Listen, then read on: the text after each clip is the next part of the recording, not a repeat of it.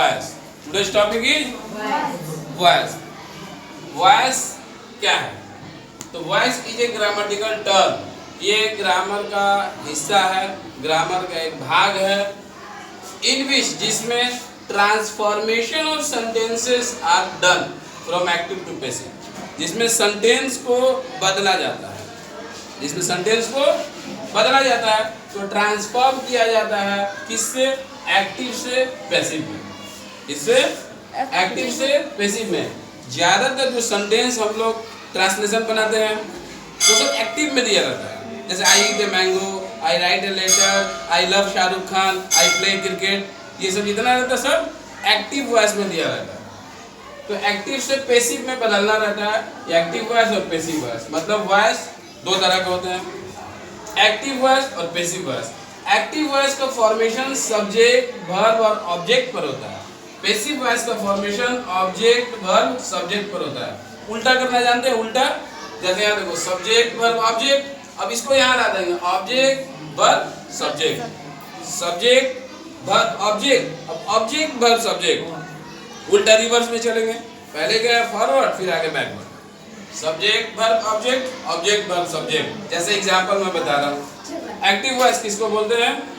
जब action is done directly by the subject, जब subject काम करने वाला डायरेक्ट काम करे और समझ में आ जाए कि ये आदमी काम कर रहा है। जैसे नजीर सर टीचेज अस ग्रामर, नजीर सर टीचेज अस इंग्लिश, तो समझ में आ रहा है कि कौन पढ़ाता है भाई?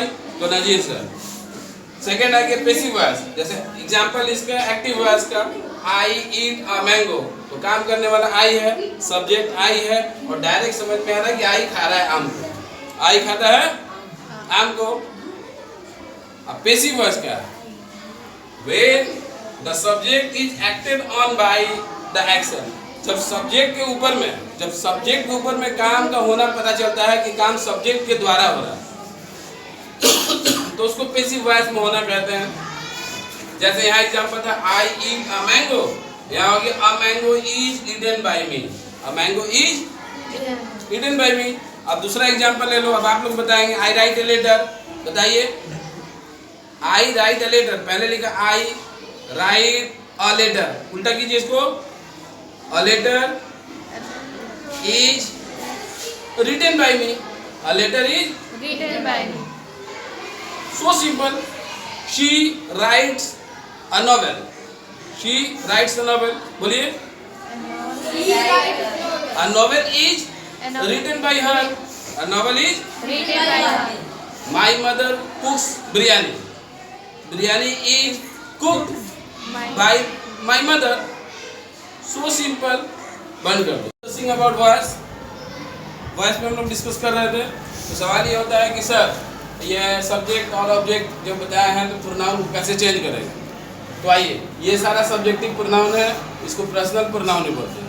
ये जब सब्जेक्ट की तरह काम करता है तो इस फॉर्म में रहता है और जैसे ये ऑब्जेक्ट होता है इस फॉर्म में आ जाता है। जैसे आई का मी, यू का यू ही रहेगा, वी का अस, दे का देम, शी का हर, ही का हिम, इट का इट, ये ऐसे रहेगा। अब एग्जांपल आ जाइए एक्टिव वॉइस और पैसिव वॉइस का।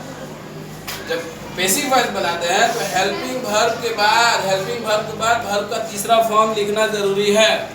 जब तक ये नहीं होगा, वर्ब हर्ड नहीं रहेगा और हेल्पिंग वर्ब नहीं रहेगा तो पैसिव वॉइस नहीं बनेगा। हर टेंस का अलग अलग फॉर्म होता है। जैसे आप सिंपल प्रेजेंट टेंस हम बता रहे हैं आपको, तो आ गया I write a letter, active voice, subject, verb, object. बताए थे उल्टा करना, तो I write a letter, a letter अब राइट है तो राइट के लिए इज रिटन बाय मी, तो a letter is written by me. समझ में आया सबको? अब सेकंड में आ जाओ, यू टीज मी, तो I am teased by you, उल्टा हो गया उसी तरह से। वी लव आवर कंट्री, तो our country is loved by us. They cut trees, तो trees are cut by them. ये समझ में आ गया विद एग्जांपल? अब आइंदा आगे आप लोग बुक में से देख के 10, 15, 20 जितना बनेगा उतना